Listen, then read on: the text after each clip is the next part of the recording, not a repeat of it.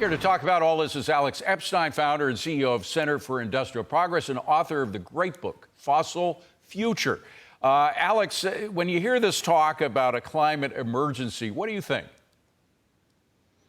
It really scares me because they're referring to something that isn't real, but then they're going to do enormous damage on the basis of it. So when you hear these questions about, okay, is this the new normal? You have to actually be clinical and objective and look at the trends. And so I think the number one trend that's important with climate is deaths. And what we have is a precipitous decline in climate-related disaster deaths. Well, you actually, So forgive me for floods. interrupting, but you actually put out a tweet about a week ago saying, quoting from a 2004 article in The Guardian, which says climate change over the next 20 years, and of course we're 20 years from the time this was written, could result in a global catastrophe costing millions of lives in wars and natural disasters. That sounds pretty scary, pretty catastrophic. But then you actually look at the numbers, and if you can put up the chart there that you accompanied your tweet with, climate-related disaster deaths have gone down precipitously over the past few decades. So it's going in the opposite direction of what they say it's going.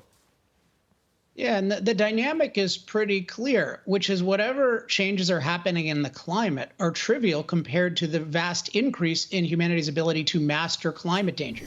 So to neutralize storms and floods, extreme heat, extreme cold, drought is actually the biggest climate-related killer. Things like irrigation and crop transport. So when people act like we're in a climate emergency, and yet we've never been safer from climate ever, they're distorting reality. And then the question is, what are they trying to do? Well, distorting reality. And it has to do with that word behind you, fossil futures. It's all about fossils. And just to throw in another example, the Hawaii fires, the horrible, deadly Hawaii fires, which immediately everybody said was part of this climate disaster, the climate emergency that we're in, turned out not to have to do a lot with the climate. I mean, obviously the winds blew the fires, but what started the fires was very poor forest management,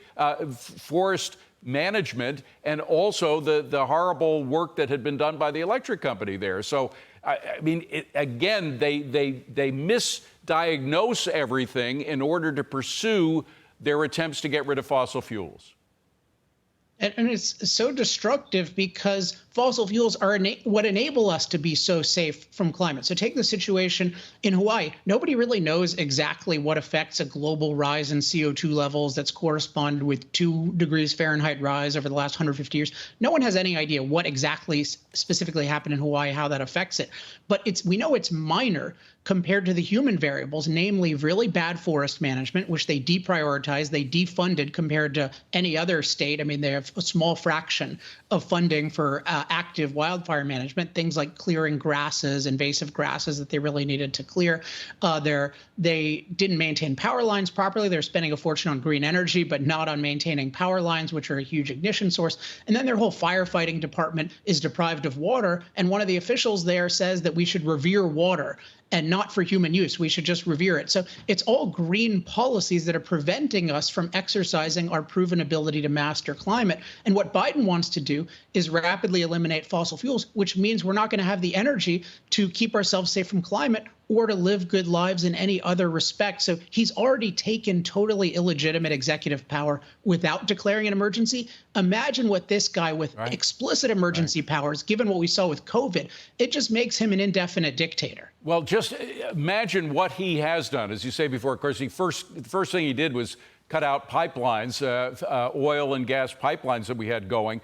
But now he has new moves out to reduce the amount of oil that we get from the Gulf oil, which is one of the cleanest fossil fuels that we have around other than natural gas, is the oil that we get from the Gulf of Mexico. And we could get a McKinsey study, just came out recently, a few months ago, actually, showing that we could get an extra 1 to 2 million barrels per day from the Gulf of Mexico. Again, low carbon burning oil. It's much cleaner than what we're getting from Venezuela or even from Saudi Arabia, and we could get much more of it, but we're not for reasons unknown to most people. Yeah, unfortunately, they're known to me.